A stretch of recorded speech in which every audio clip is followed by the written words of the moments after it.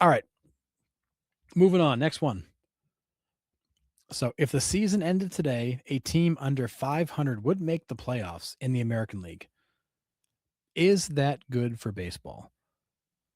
So, we've seen in the NFL under 500 teams have made the playoffs, and I think that's more of a reflection of the competitive nature of football. Um, but baseball, an under 500 team making the playoffs, would we see that as competitive parity or just a really bad season all across it for the American League in particular? So I'm just curious, what do you guys think? Do you think an under 500 team making the playoffs is good or bad? Yeah, Nick's 100% right because of course Nick's back, so he can't help himself. We're fans, but we don't have to watch them. So I'm happy to watch other teams, just like Nick is.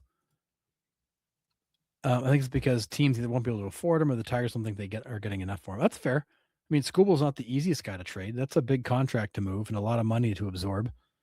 So yeah, I mean, but I think for a team in contention, he's an attractive target. But my guess is the Tigers are going to ask for everything possible. Nick and Harris are not typical Red Sox fans. They have a level head. Yeah, we're not the people that just we're not Yankees fans. Sorry, Curtis. Crazy guy. I've been down with him since 2023. Okay, he made the playoffs 4 times out of the 10 years he's been here. Yeah, I mean I feel like that's kind of run its course. I feel like it might be time for all of them to move on. All right, so Tommy says no, not good for baseball. John Carter, no, not good for baseball.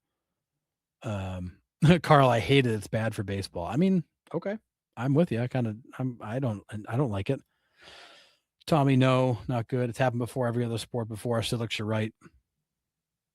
This is not. I mean, we see it in other sports, just typically not in baseball because we didn't have expanded playoffs for a long time, so it really wasn't possible in terms of based on the math. You've got to have so many winning teams. You were bound. You had to have a winning team just based on the way the math worked. But then you expanded the playoffs, and so now more teams qualify.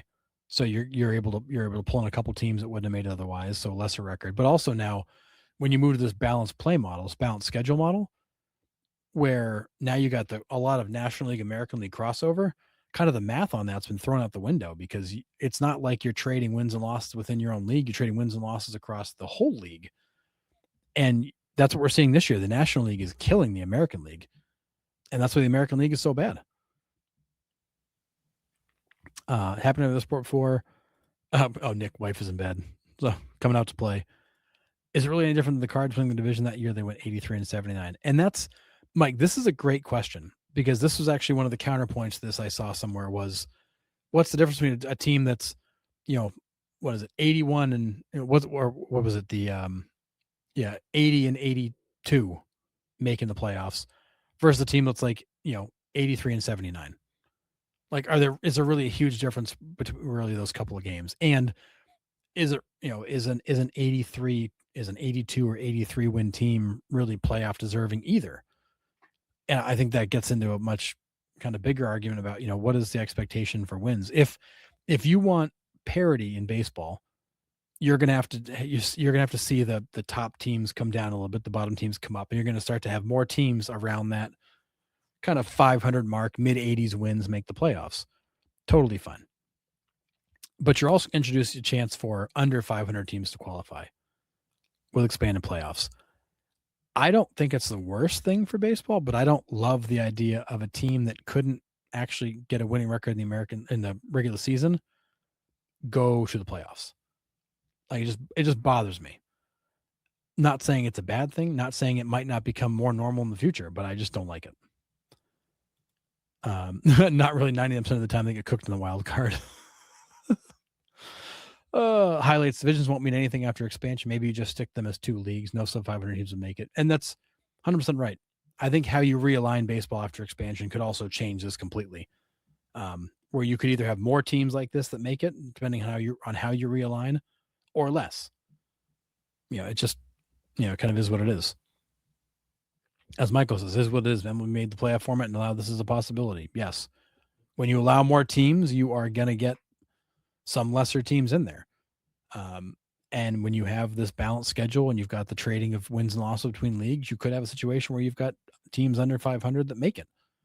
You completely change the math in how that schedule works and how the wins and losses can come out. And that's one of the side effects of it, is if one league stronger than the other, you could have, as we're seeing this year, one league be far superior. 106 with 162 games below 500 making the playoffs is wild. It really kind of is. It just seems wild to me. Yeah, and this is a fair point, East Coast. If only 1 year, it would be a good thing. If it really showed that baseball isn't a buy to win sport. Yeah, and there's definitely an argument to be made for that. You've got the Mets, who have one of the highest payrolls in baseball. They're a disaster. And you've got other teams that are fighting their way in with records at 500 or just below. Like, yeah, there's definitely two sides to this. Parity means 500 or under teams can make it to the playoffs. Yes, Mike Reed, you're totally right.